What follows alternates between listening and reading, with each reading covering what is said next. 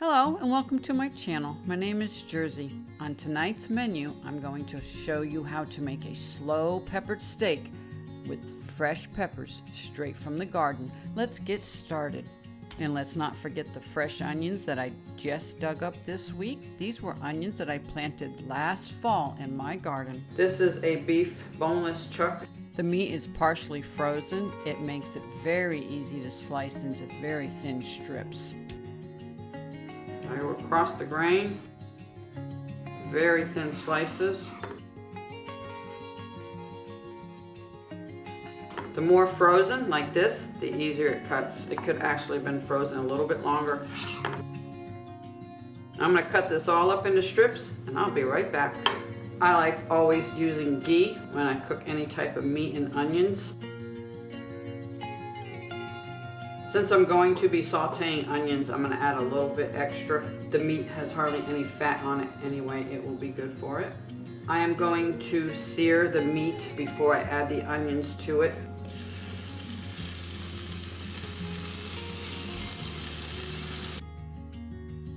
This will separate as it cooks. It is already scored. I have the temperature on around 300 degrees. Let it seal really well. Do not flip this until one side is completely done, like a hamburger. You only flip it once. This is when I add a good amount of salt and pepper before it gets flipped to the other side. I do not touch it. I do not flip it. I let it do its thing. If you try to flip it too early, it will stick. I'm going to let this steam for a few moments before I flip it. A little garlic powder. You'll know when it's ready to flip. The meat will move. If you would try to do it earlier, it would stick. Look at the nice gravy it's making. Now I'm going to go ahead and add my onions. Here's the jalapeno we got from the garden. I like to cut it this size.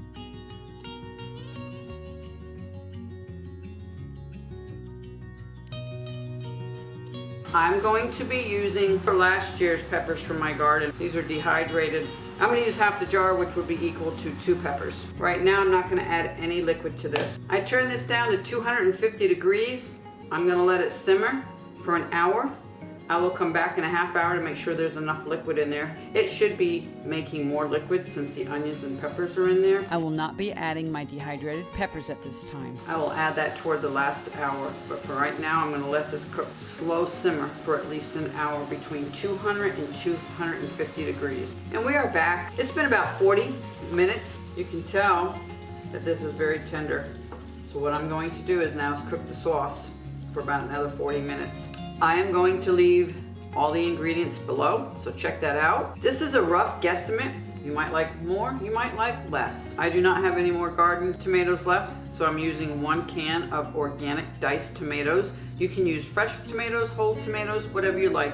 This is what I'm using today. And that's why we didn't add any liquid at all. Look at all the water already in there. This will cook down another 45 minutes to an hour. Again, slow simmer. The rest is going to be to your taste, how you like it. About 1/4 cup of soy sauce. You can add liquid smoke. I'm going to do a little less than 1/4 cup. I'll come back in a half hour and see if it needs more. This is when you would be adding 2 peppers sliced very thin, like I have here. These are my dehydrated peppers from last summer's garden. These are bell.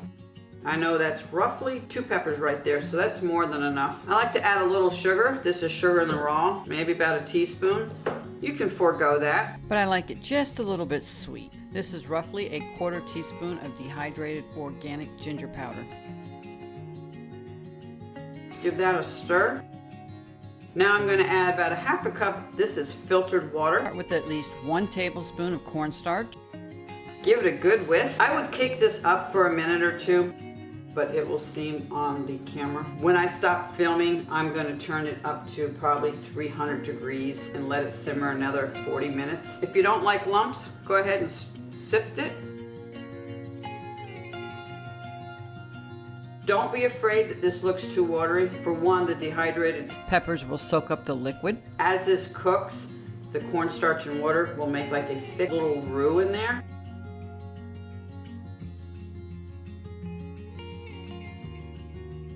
Now I think personally it needs a little bit more ginger. I'm gonna add a rounded 1/4 teaspoon more. I would have added fresh ginger, but I planted it in my garden about 6 weeks ago, so I'm using powder. This can be done in the crock pot, can be done in the Instant Pot. In the Instant Pot, it will only take minutes. Sometimes I just like to slow it down and use my old-fashioned appliances. It's been 30 minutes. Very tender, falls apart with a fork. I'm going to leave this on the little watery side. This is for tomorrow night's dinner and it will thicken up. If you want it thicker, just add a little more cornstarch and water and give it a good stir. I'm going to leave it just the way it is because I like it more on the watery side because we'll eat it for 2 days. I eat this over rice or egg noodles, whatever I feel like at the time. One day I might have rice, the next day I will have egg noodles. Irregardless what I make, I always make homemade buttermilk biscuits. Pull out your old electric skillet, give this a try, leave a comment below. I'd really like to know how you made it, if you added any extra ingredients, and what you would like to see next. Stay tuned for the buttermilk biscuits coming soon. Like this kind of content, please subscribe over to the right, hit the all bell notifications. Let's grow this channel together. Please share on social media, give a thumbs up, and leave a comment below.